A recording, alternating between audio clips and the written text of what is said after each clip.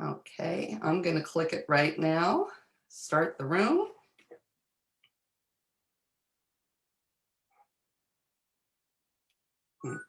Turn my, oh, we got Noah joined us.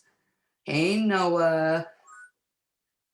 All righty, guys, we're in for a treat. We've never done this, so bear with us. And we're gonna get this going. Well, good morning, everybody. Good morning. While we try to figure out the logistics. All righty, guys, we're in for a treat. There we go. Got the computer off. I've got this on. We've got a few people here in Clubhouse, a few people here on Facebook. Well, for me, it says start the room, so it's already started. Do I just click start the room? Go find me and follow you. Just go to the room that I'm in.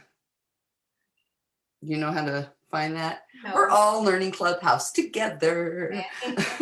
Here I am. There we go. Okay, so I'm gonna turn my volume off on the computer, and here we go. So, Lori, how are you? I'm great. And oh, wait a second. Your mic's off on Clubhouse. Gotta turn your mic on. I gotta turn one of them off, so I guess the computer mic. Yes.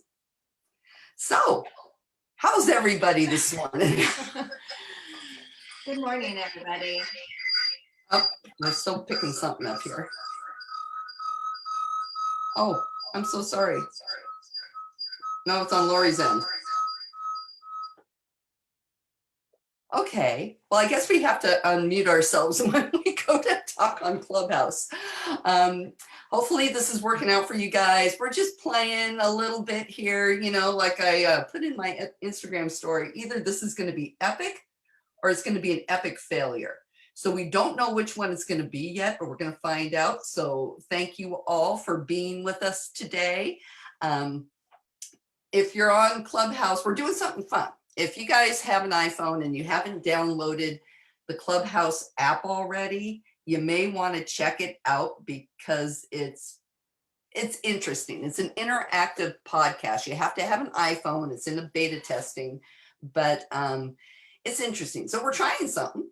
We're trying to simulcast.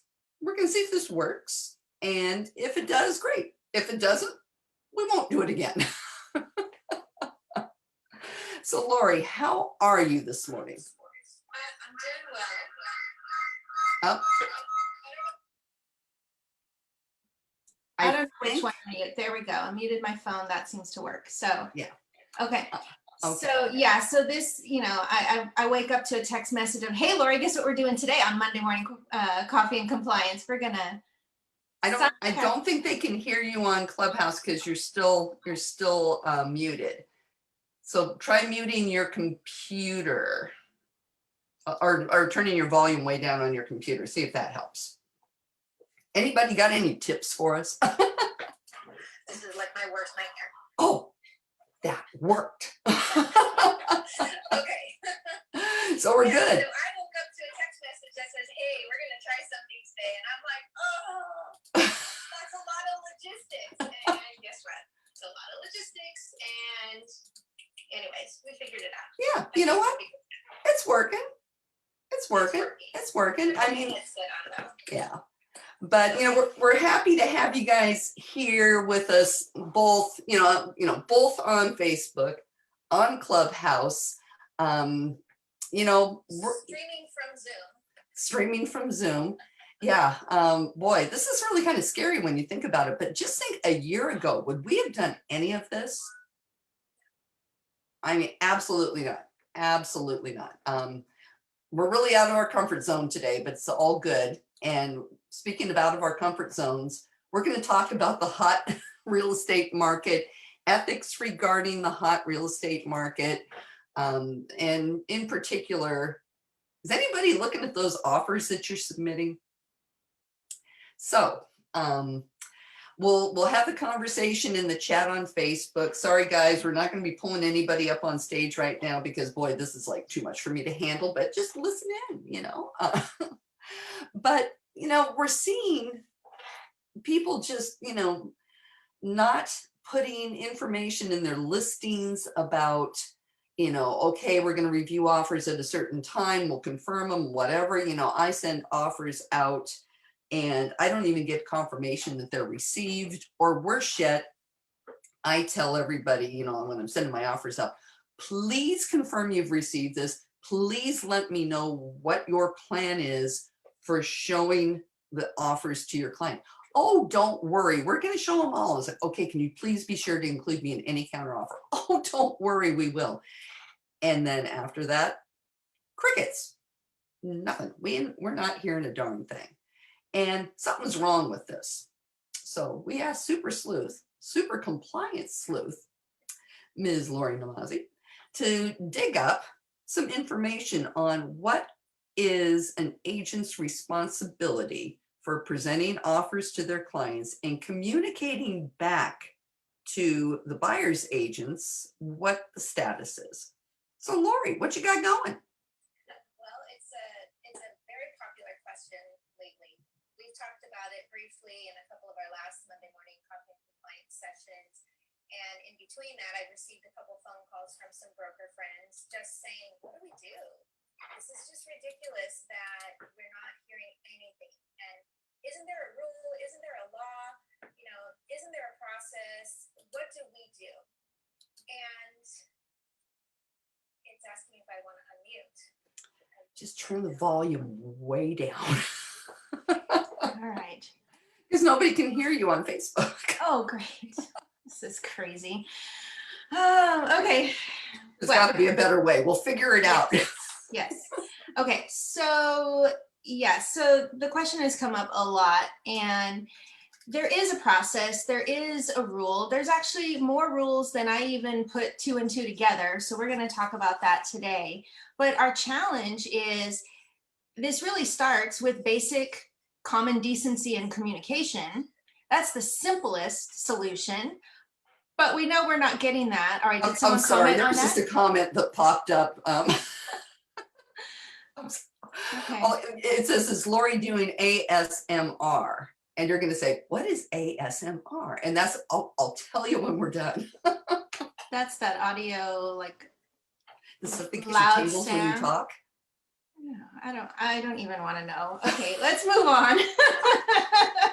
Daniel, I guess she is, but she just doesn't know it. I don't. This is very stressful for me now. Now I'm worried, like Well, I'm it's a good thing. coming across. People will tune in just to hear you talk. If you're talking like ASMR, people like it. It gives them tingles. Isn't that when like people chew really loudly and people want to hear it? Kind of like that. I'm a little freaked out. I don't even know. Let me just Relax. We're all gonna zen. It's all good. We're in our groove now, so we're good. This is a lot of pressure for Monday morning. Anyways, so there are actually a variety of rules surrounding this, and people are not making the connection. So, you know, we've got common decency and communication. Let's just all communicate with each other because we all have the same goal. Let's sell the house. Let's get the sellers to close escrow and move on. We've got the buyers, help us out here. But the other thing is, you know, we have all of these rules, and yet nobody wants to just go to the rule and start filing complaints left and right, because that doesn't help us get the house for our buyers. So there's got to be this happy medium. And, you know, part of the solution is going to be those of us who are the nerdy rule followers. Let's follow some rules. Let's do it to the letter and create a new standard of practice. That is the only way I see something affecting this and making some change. So we'll start with the rules, and we'll kind of walk through like, well, what can we do? What can we, the nerdy group, do that will make a difference in practice that hopefully will become the norm? And so, you know, we asked, you know, I went to CAR's website because that's the source of all of the information, the great information. And there is a 8-page Q&A on presentation of offers. There are, let's see, they break it up. So there's, let's see, 14 questions that have been commonly asked questions that they decided to create a Q&A around. Now, keep in mind, this version, that is the latest version, is from 2018, and yet it's all still relevant. They haven't needed to update. And I want to stop for a second just to remind everybody, Lisa and I are in California. So when we talk about things, we talk about California standard of practice. I know on our Facebook group, we've got people from across the country. Clubhouse gives us the opportunity to have people across the country. So, you know, I'll try to stop and remind people, okay, this is how it is in California, or this is mandated by NAR, and so it applies to all realtors across the nation. So I'll try to stop and remember all of that. But if you are in another state, you know, please listen carefully, but be sure to do your own research for your state to make sure that the information that you're listening to either applies to your state, or find out how it applies so that you can practice accordingly in your state. And so when I look at the Q&A, the presentation of offers, you know, it starts with the obligation to present offers. So, you know, the first question, it's kind of a silly question, but hey, it says, are there really listing agents who are intentionally not presenting offers? And and literally the answer says, yes, there really are. Okay, so, you know, that shows us that this is a bigger problem than, you know, we would like to believe that it is. And this is in 2018, when the market was not like what it is today. The second question is there a legal or ethical requirement that the seller initial a rejection? Now, on the California purchase contract, we have a nice little initial spot for rejection of offer and it's after where the seller would sign the offer. And so the question is there a legal or ethical requirement that the seller initial that rejection? And the answer is no. There's no legal requirement for them to initial it. It's basically there as a courtesy. So then the next question is there a legal or ethical requirement that the listing agent initial the presentation of offer box? So besides the rejection box, we also have the presentation of offer initials. And is there a legal requirement? No, it's not required by law. Is there an ethical requirement? Well, as of January 1st, 2019, and this might be part of the problem because this is fairly new and maybe everybody doesn't know about it because 2019, it came out and takes a long time for word to get out. And then 2020, March, we had COVID, so people weren't practicing in the normal way. So maybe they've simply forgotten. But as of January 1, 2019, the NAR Code of Ethics has been amended, and specifically Standard of Practice 1-7, as amended, states that a listing broker or agent is required to confirm in writing that an offer was submitted to the seller if the cooperating broker who submitted the offer so requests. Okay, so that sounds easy enough. I send you a text message, I leave you a voicemail, I send you an email. Hey, I want confirmation that the offer's been presented. Now, on paper, this looks really good. Listing agent's supposed to respond, right? Well, we know a lot of times we get ignored. So that's where, is there a process? Yes, there's a process. Is it being followed? No, it's not being followed. So the listing broker or agent must provide the written affirmation unless the seller has waived the obligation to have the offer presented. Now, that could happen if the seller's received too many offers and simply doesn't want to receive any more offers. So if that's the case, if you're in that situation as a listing agent and you have too many offers and you just simply cannot keep presenting offers, ask your seller if they would like to waive that obligation to see any more offers. Get that in writing. So now,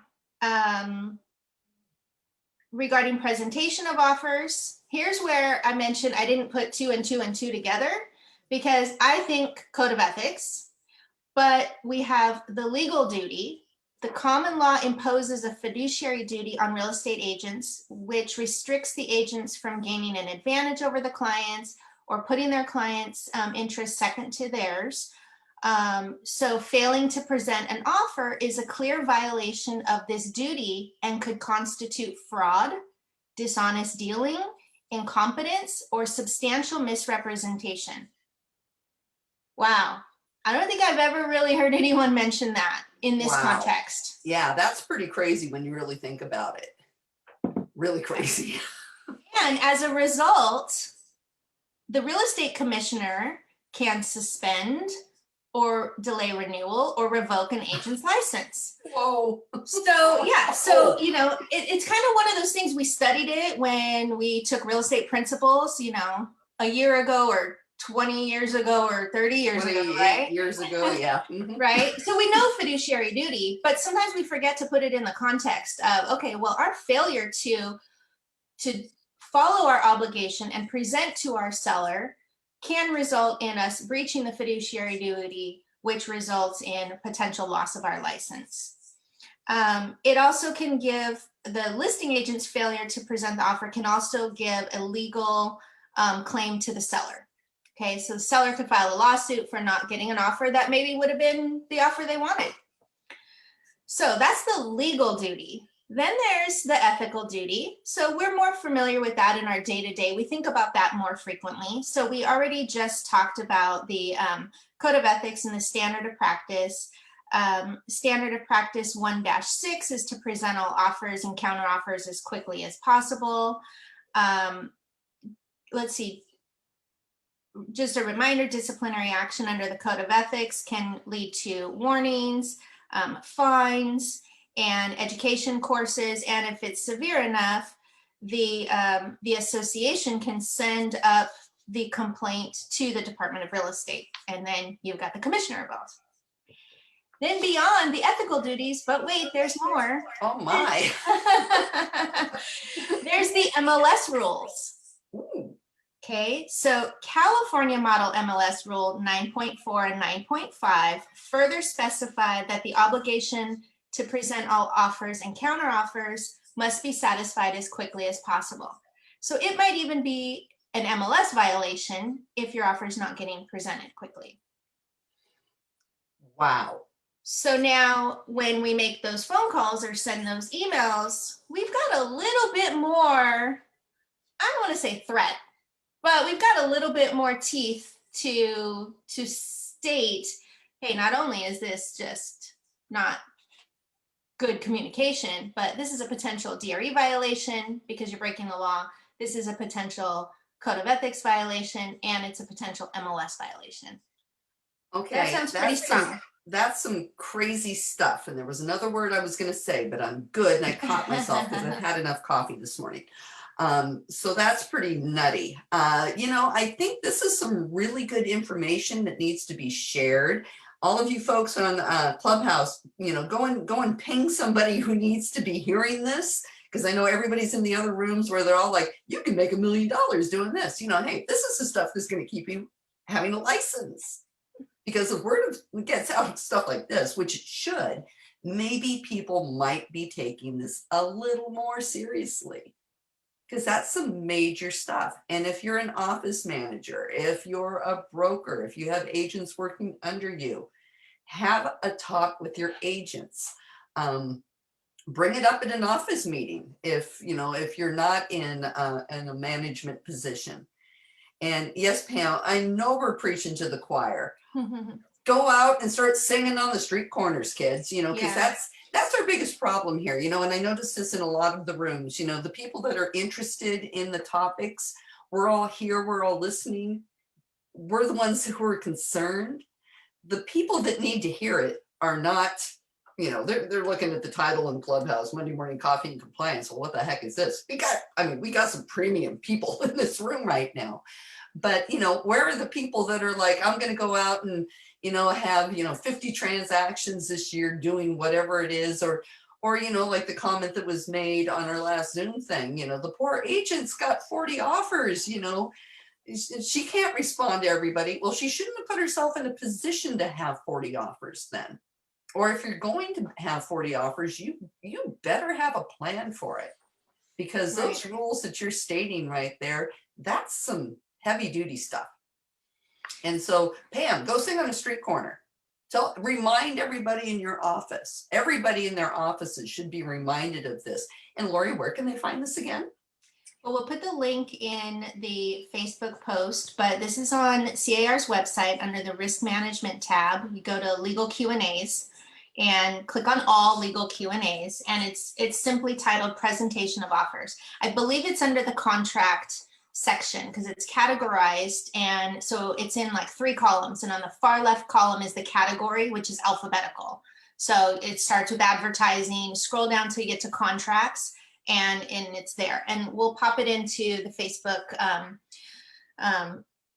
thread, and then people can look at it there. But you know, this is where you're exactly right. You know, sing it on the street corners. This is where if we all start doing the right thing, which I know this group, we're doing the right thing, but if we start educating people on what the right thing is and what the possible consequences are, then maybe we can start to see some change. You know, I'd like to say, well, maybe just people don't realize, you know, some realize and intentionally don't communicate, others simply don't realize. And when we layer in the legal, the ethical, and the MLS, that's a lot. That's a lot, and people may not realize. So, you know, Lisa and I talked about this. When we get offers, we always initial presentation, and if the offer is rejected, rejection, and send it out. That's our standard of practice. That is something that we will continue to do, and we will ask when we're presenting offers, we'll ask for that in return. Now, here's the thing. I already mentioned, well, we can ask, but we might be ignored. So here's part 2. Here's part 2 of the solutions. CAR has done us a huge favor by creating a easier mechanism for us to get this word out. So I'm going to share my screen. We'll see if it will work easily, because sometimes when we're on a Zoom and then on a website, it doesn't go according to plan. So we're on the CAR, we're on zip forms, okay? And a lot of us forget this is there. I'll admit, I forget this is there. When we log in and we go to pull up our forms, we're in the default library, and that's the default CAR library. But there is another library within here that I want to point out. First of all, if you ever get your hazard booklets, you're coming in here and you're going to EPUBs. So if you know where to do that, this is the right place, because it defaults to just our standard forms library. If you need your earthquake booklets, you click over to EPUBs. You probably downloaded it and then never go back here. But there's another great library here that we forget about, which is called CAR sample letters. And I'm going to click on that. There's a bunch of letters that CAR Legal has created for our use. Now, this isn't like, hey, an attorney wrote this, I'm going to send this over. Their team of attorneys wrote it, but there's a disclaimer that says, look, we're not responsible for how you use it and if it works or not, but here's some language you can use. And so a really great one is this acting against broker advice for a buyer and for a seller. So this is off topic, but if you have a client that you are giving advice to, or you're guiding them through the transaction and they want to do something completely different and they're basically acting against your advice, there are some nice letters here that you can use that say, great, we follow your instructions, just understand that's against our advice. And I don't remember all of the rest that it says in there, but take a look at that. That's one to download and just keep handy. But there's a couple other ones that I want to talk about, and I've already pulled them up and put them in my test transaction. So let me see if this will close. So there's demand that offer be presented to seller. We'll open that up. So if you don't think your offer was presented, here's a letter that says, well, I'm demanding that the offer gets presented. And so this first page is, you know, the notice that, hey, we don't represent, warrant, or guarantee the adequacy of the provisions contained herein. So that's their disclaimer. And then it gives you this letter-specific instruction. Here's the purpose. The purpose of this one, which is called demand that offer be presented to seller. The purpose says this letter is to be used when a real estate agent representing a buyer has submitted an offer to purchase a property to a listing agent, but has not received any response indicating that the seller has been presented with the offer. And then it talks about delivery instructions and reminds you, to have it in writing and keep it. It already pre-populated my information here because I'm pulling it up through Zip Forms. And so here's the letter. It's a fillable letter. So the date, to listing agent, property location, dear listing agent, I represent, put the name of your buyer who's made an offer to purchase the above described property on a purchase agreement dated whatever. To date, neither I nor the buyer has received a response to the written offer. And if checked, a copy of the buyer's previously submitted offer to purchase is attached. Super convenient. I initially submitted buyer's offer to purchase the property to you on this date in the following manner. And you probably emailed it to them. So you check that box and put the email address you sent it to. If checked, proof of delivery. I have actual knowledge that you are in receipt of buyer's offer, as I or my assistant have confirmed delivery verbally or in writing in the following manner. So maybe you got an email response back that they received it. And then after submitting the offer, I made a concerted effort to ascertain seller's response by contacting or attempting to contact you as documented below, but ultimately to no avail. And you list all of the times you've reached out.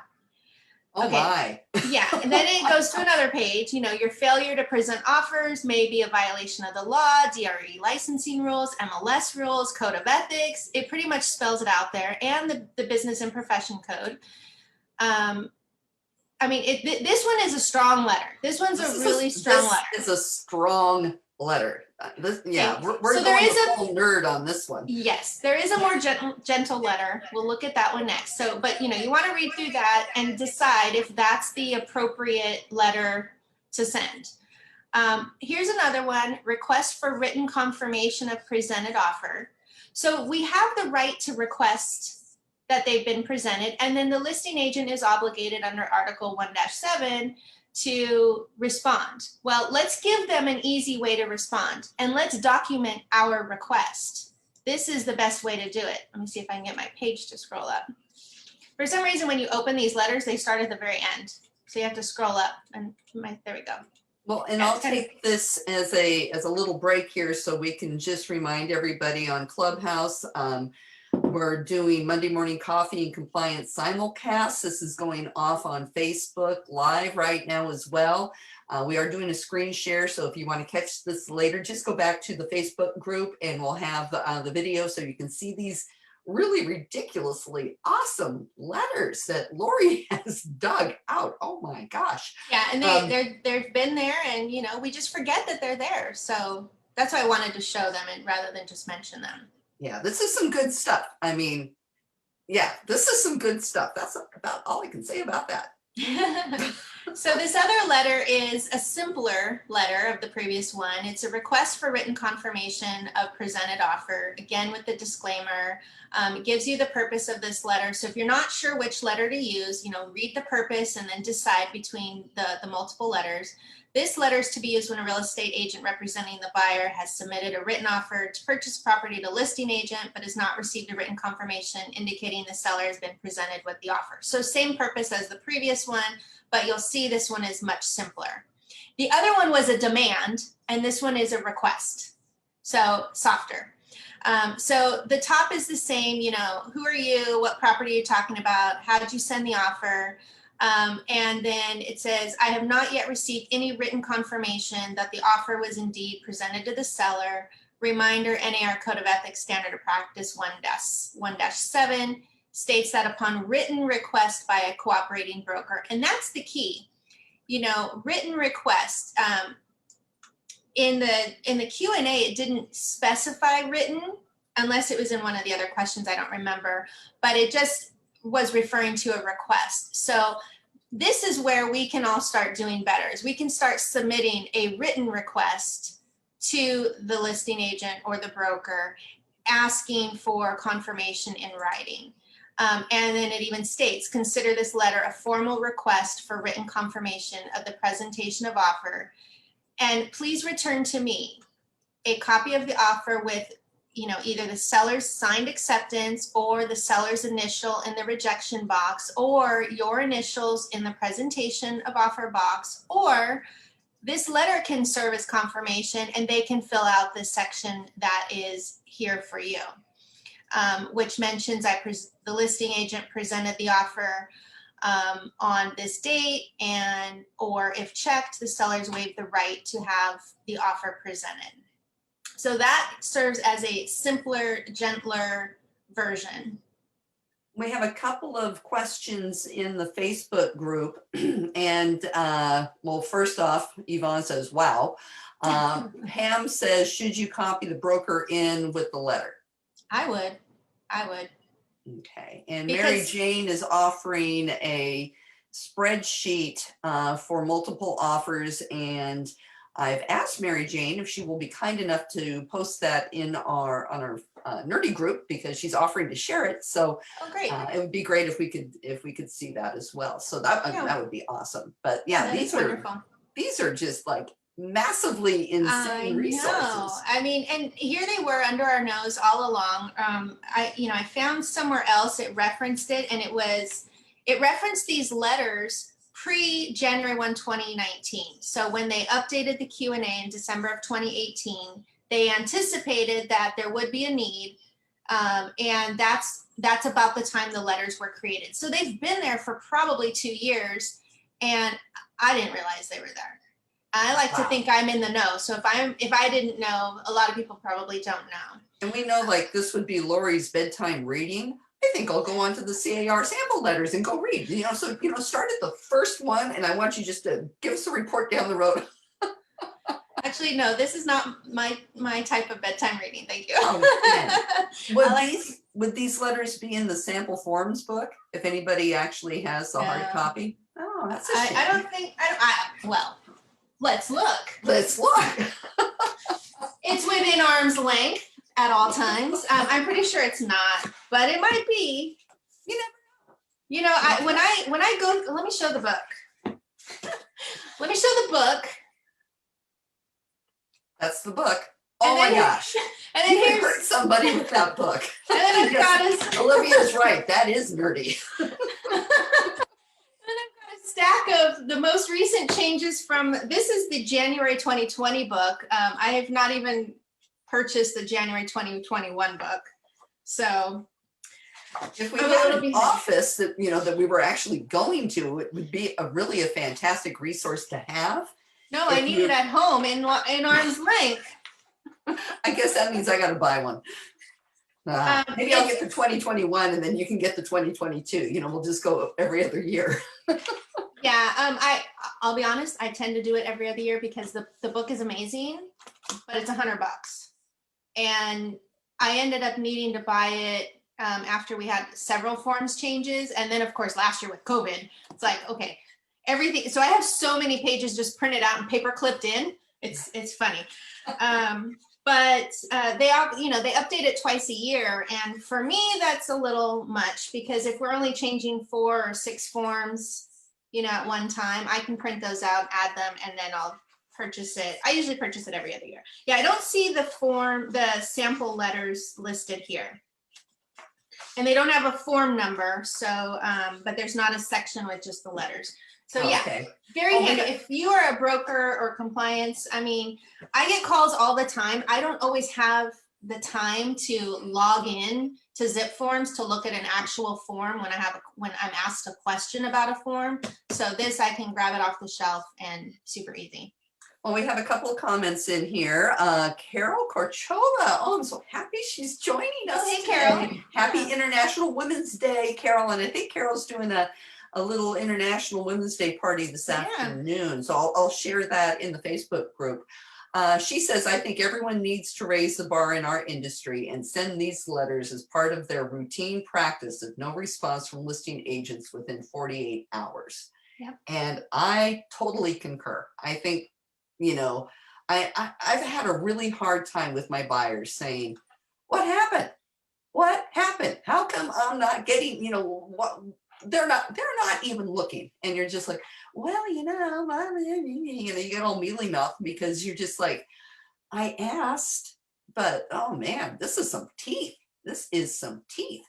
And Olivia wants one of the books. So what's the name of the book? Can you hold it up again to Sure. It's the sample forms book. And the January 2021 one should be out. Look at the cover. Look at the cover. Coffee. It's got a cup of coffee. They know. They knew when they published that book that That's we would right. be having Monday Morning Coffee and Compliance. Boy, They would be we featured. saw that one coming. Okay. And let's see. Pam says it's not virtual. Well, yeah, if you want to sit there and pull up your forms all the time. But the book's What's just not handy just to, unless you have a test room set up in Zip Forms, which, depending on your office and your systems and all of that, I know every now and then my assistant will kind of chew me out when I'm like opening a room, just to have a room, but I keep a test room that I go digging for forms. But sometimes I wish I could just say, is this the one? No. Is this the one? No. So, it's hard to figure out what it is you're looking at because it just keeps trial and error. That's why I just wish I had the book too. I have book envy, Lori. I think there's a few of us that have book envy right now. You can actually subscribe. Like I said, they change the book twice per year. They update it twice per year, and you can be on an auto subscription to receive it twice per year. But just remember, it is $100. And for me personally, I just think, mid-year, if they've only changed 4 forms, I don't need an entire new book. That's a lot of trees to kill, and $100 can buy a lot of coffee. So I usually do it once a year. And remember, we've got the new RPA coming out the end of December. So I'm definitely planning to buy January 2022 because other forms beyond the purchase contract will be updated to correspond to the changed paragraph numbers in the RPA. So there will be a lot of forms changed in December, definitely justifying a book for next year. Probably will be on the bestseller list. I'm sure it will be. So, Pam's right. I don't take this book with me everywhere I go. So it's not virtual. I don't have. Don't tell people that. Let them think that you do. Let them think it's just in my purse at all times, right? Actually, I've got the pocket size one in my purse. It's like this thick. No, for office managers, brokers, we're not driving around all day, so it's easier for me to just jump and grab the book. If I need something while I'm out and about, I can easily jump online. And so this other one I wanted to show is written confirmation of presented offers. So the purpose of this letter is to be used by a listing agent in response to a request from the buyer's agent to confirm in writing that the buyer's offer was presented to the seller, or that the sellers waived the obligation to have the offer presented. So if you feel like you want something a little more than just those initials to CYA, then as a listing agent, you could use this form, and you're presenting it to the cooperating agent or the potential cooperating agent, letting them know that, yes, I presented your offer on this date. Here's how I did that. And then listing agent can sign it. So some really great letters. There's one more that I wanted to mention. There we go. It is request to participate in presentation of offer. Ooh, if you're really feeling adventurous. Yeah. I had seen a listing and my clients wanted to write an offer on it until I found out that it was already $45,000 over the list price on 2 of the offers they received, and one was $60,000 over, but they didn't feel it was viable. And they had 15 offers, and they were saying that all were going to be done live presentation. At what point does the seller say, time out? Yeah. I'm done. Get out of my house. Yeah. Well, that's quite honestly, that market is the reason we stopped doing it. When I got in the business in 2002, that was the norm. You presented your offers. You saw the house, you went back to the office, you wrote the offer, you called, and you made your presentation appointment. And then in 2003, when it got crazy busy, end of 03 into 04, and we showed a property, wrote the offer on the trunk of the car, and then faxed it over, and so it's like suddenly overnight presentation of offers just disappeared. So this is a reminder, I don't know if people would want to do this or not, but it's a reminder that according to the California Model MLS rules 9.6, you have the right to participate in the presentation of the buyer's offer. Now, this form, it basically reminds the listing agent of that right and says, please contact me immediately to arrange a time for presentation, but it doesn't really talk about, okay, well, that right could be denied. Can it be denied? What would happen if it's denied? What is the listing agent's obligation? And I'd have to do a little more digging to see what the what that would look like. But on the surface, if you want to, if you're really insistent, this is a great form you could send along to the listing agent and request that presentation. So now the fun part's going to be when you put those letters out there, do you get a response? Right. And that's the tricky part, because again, I was asked the question, why isn't there a process for this that we all follow? Well, my response to that was, there is a process. We have an expiration date on an RPA, which we're expecting, to get a response before that expiration date. We've got initial outreach, letting them know we've sent an offer. We've got follow-up outreach. Hey, looking for a status on the offer. And there's the initial boxes of presentation of offer and rejection of offer. There's a process. It's just not being followed. So if we now introduce these letters, remember, we want to play nicely and we want to get our clients the property. So we have to be careful when we use these forms, because just like the notice to perform, it has a bad taste. Yeah, if you let them know it's coming, like, I've tried, but I haven't been really good at following up and doing it. It's like, I try to make the notice to perform like, okay, I love you, whoever you are on the other end of this transaction. I truly do. However, part of my standard of practice is I'm going to be issuing a notice to perform. So don't get all upset. Please don't get all upset when you see it, because this is just what I do. Now, do I do that all the time? No, I really should be doing that all the time, because in that way, it's not that slap in the face that people take it as. And, people, and also too, we know this from personal experience. If you're going to be doing notices to perform, you darn well better know what all your dates are. Because it's not just like, well, it's been, whatever this, whatever that. There's a whole lot of stuff going on that. Maybe we'll talk about that another day. But if you make it where, I just found this great letter from CAR that, we're including with all of our offers now. So I just want you to know it's going to be in there. And if you could respond to that, as well as, please be sure to, include us in any counter offers. Then maybe they won't get all butthurt when they see it. Because they take this stuff as like an insult, but when, you're actually helping them. You're helping them if they would respond to this letter. And I honestly love this. I can hardly wait. I can hardly wait to write another offer so I can use one of these letters. Well, hopefully you don't have to use one, but. No, oh my gosh. No, my client's been pretty understanding, because I let them know, okay, this is what we're up against. I ask the agents, and that's another thing too. We'll get into this more. I want your opinion on it. But I always ask the agent that I'm dealing with, hey, do you mind me asking how many offers do you have? And, what is it out there that, I don't want to know an exact number, but what am I contending with? Because if my client doesn't stand a chance, I'm not going to write that offer.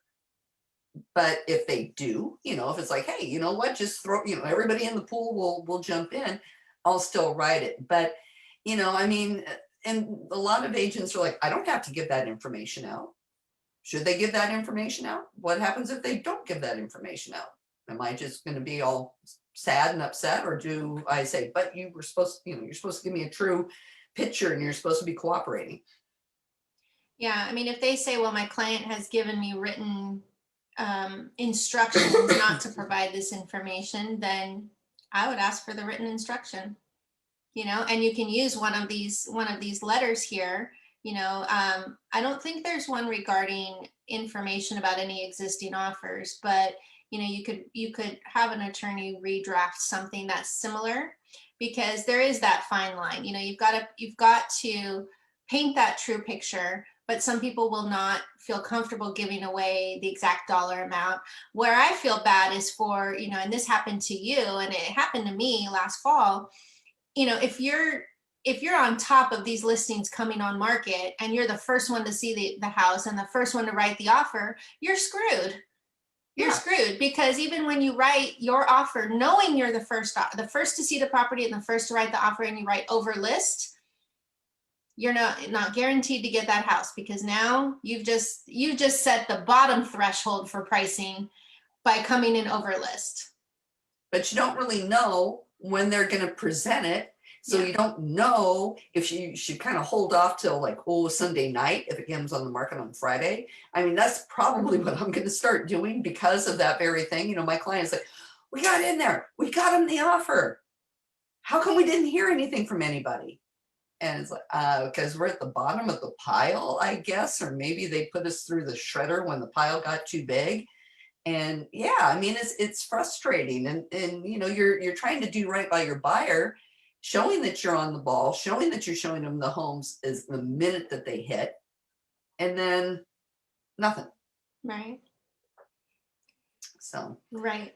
Let's see. Oh, and Daniel's not commenting on your speech, but he wants to know, can you ask when the listing agent plans to present offers? Yeah, I would, like Lisa mentioned, tell me, send over this offer, please let me know the plan. That's perfectly acceptable to ask. And in fact, I mean, we talked about this previously, that should really just go in the agent private remarks. If you know you're going to have a lot of interest in the property, set the expectation. Showings will start on Friday. We're looking to review offers with the seller, Wednesday, or whatever it is. Set the expectation, because as a buyer's agent, you can't badmouth the listing agent, but you have to save face with your own client when they're saying, well, you told me the expiration is 3 days. Why haven't we heard anything? And so we all look bad, and unfortunately, if we can convey that to the listing agent, I might approach it in such a way, hey, I just sent you this offer. I know you're going to, you've got a lot on your plate with offer showings and offers. I just want to set expectations so that our clients understand, what they're up against. We've got to almost include the listing agent in that so that we don't look bad, so that we come across as professional. I think that's really phrase important. earlier In fact, on how to word that. I tried something. Didn't write it down. A little different. And let's see, Lori was talking, but nothing was coming out of her mouth. Oh my heavens. Okay. Well, anyhow, so I'll go ahead and just continue with my story. Instead of getting this huge mound of offers and, having your client's head explode, besides the bragging rights and saying, my agent presented 15 offers to me today, which we all know that they all want to do that. But, I did something really novel. I presented the offers as they showed up. So my clients would just say, okay, did we get another offer? Yeah, we got another offer. This is what this one is. This one is what that one is. I'll add it to the spreadsheet so you can kind of see the running tally. And we have these wonderful forms out there, which are like withdrawal of offer, withdrawal of counter offer. And if you have one good offer in, but you don't, and some people aren't getting the 15 to 20 offers or whatever, you only need one, but it's really nice to have two. And I personally like 3 to 4, just so I can play them off of each other for, negotiating purposes. But there's no reason why you can't put out a counter offer to the first offer you have with an expiration of, 3 days or whatever. And then if another offer comes in, you withdraw that counter offer and convert it into a multiple counter offer. As long as you do that, I mean, if you've got a really good offer to deal with and they want to lock up the house, you know, you understand that you're putting yourself out at risk on that, because if they sign it, then you're going to sell the house to them. But you can do that. You can take one multiple counter offer, withdraw it, replace it with another one if the market dictates it. But, you know, there's things that can be done other than saying, I'm going to wait a week and all of your offers are expired anyhow, technically. And maybe I'll look at them. Oh, I don't have to respond to you now because the offer's expired. You know, I mean, there's all kinds of just monkey business going on out there. So there's more than one way to do things. And read Lori's book. Go see those withdrawal of offer forms, and you know, because sometimes those you can use those to get yourself out of a situation that at the time it seemed like a good idea, but if you have to tweak it, or you know, you realize you made a mistake, you can withdraw it, correct it, send it back out as well. You said something and triggered, I got to look something up now. I can't remember what it was. Yeah, I mean, it's not something to use as a standard practice, but sometimes when, you know, a lot of times we'll get an offer from somebody which is like, I'm writing you this really killer offer and you just want to tie it up. But then all of a sudden somebody else submits an offer and now you're like, ooh, now what do I do? Because we don't know what we're going to see. And all of this monkey business that we're going through right now, this could all end tomorrow. I mean, we don't know. We don't know how long this is going to continue. I mean, who remembers the good old days from 2013, May of 2013, or May of 2018, where we had this overheated market, and then all of a sudden somebody poured a bucket of ice water on it.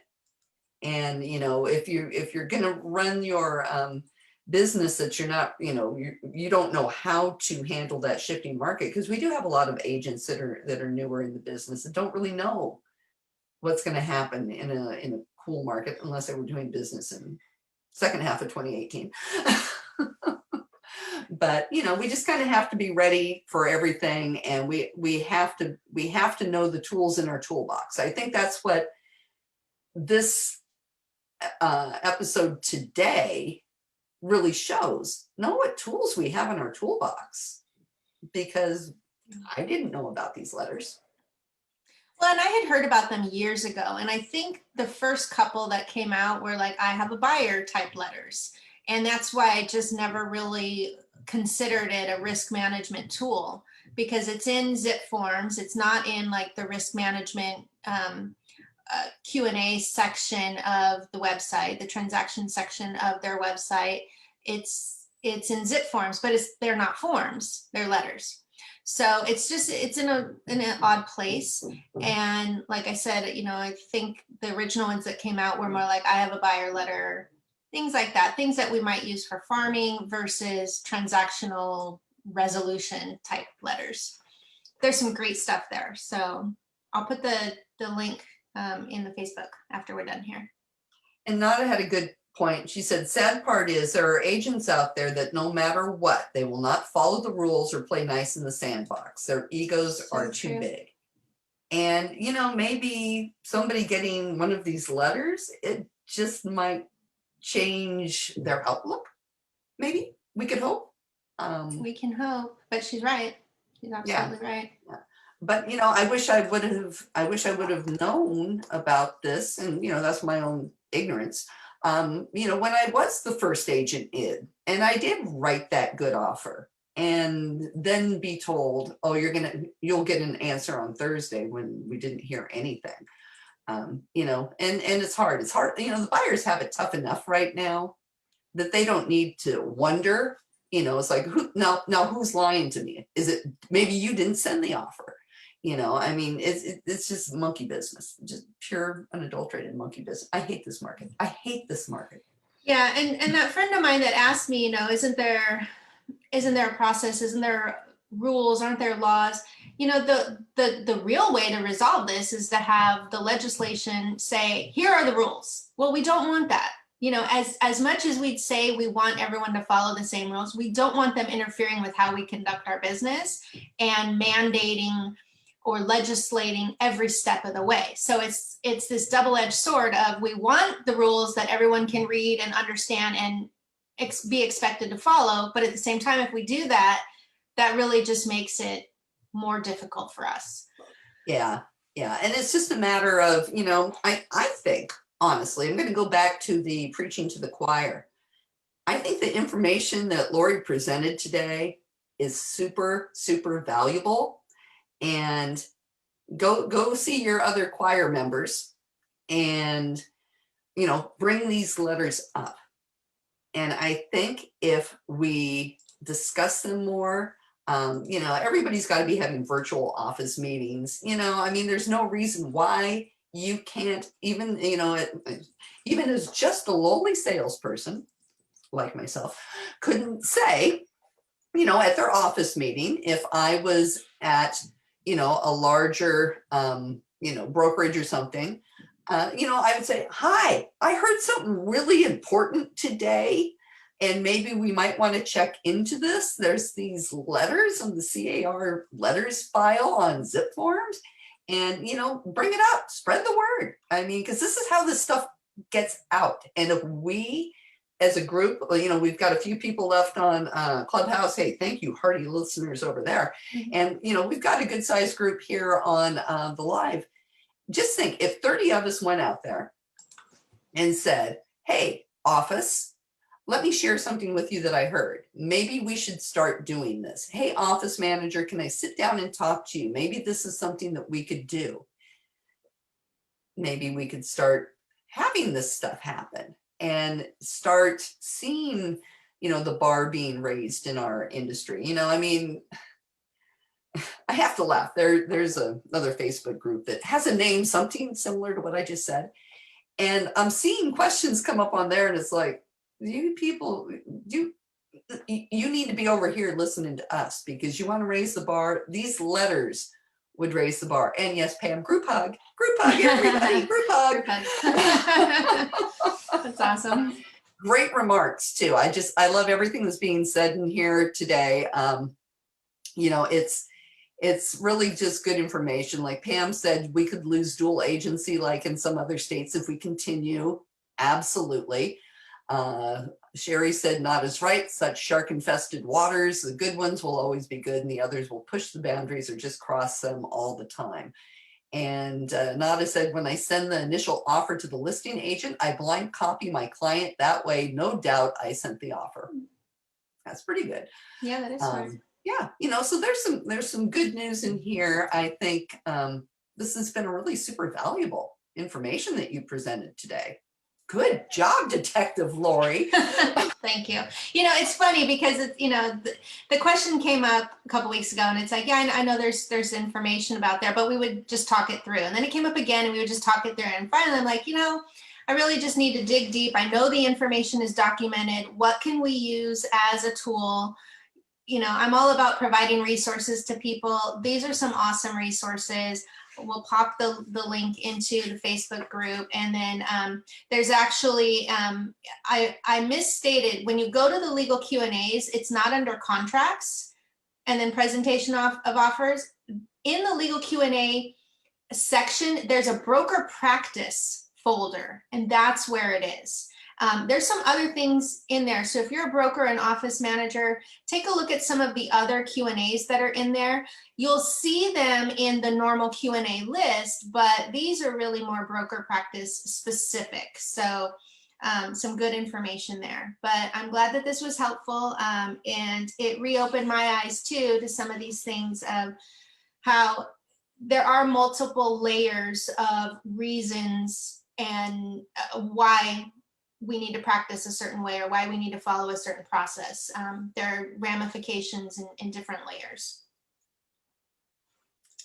Absolutely. And excellent, excellent information today. We're looking at 9:59 here. So I am going to do a little shout out on the Clubhouse front. We got a couple of hardy souls still hanging on there, which it isn't, if you guys if you have an iPhone and you want more nerdiness in your life, download the Clubhouse app. Well, I think you need an invite first. I think I have a couple of invites. Lori might have an invite or two.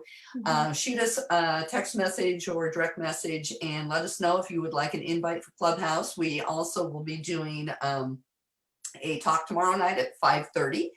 And we plan on doing that weekly, more about, an open conversation on what we're seeing out there and more nerdiness. So we would love to have you join us on Clubhouse on Tuesday at 5:30. We'll see if we can, I think we did pretty good today. We worked out the bugs and we got it all going, I figured out what happened when they couldn't hear me. I got a phone call that was coming through and I declined it and then my audio went different. So I don't know how to prevent that.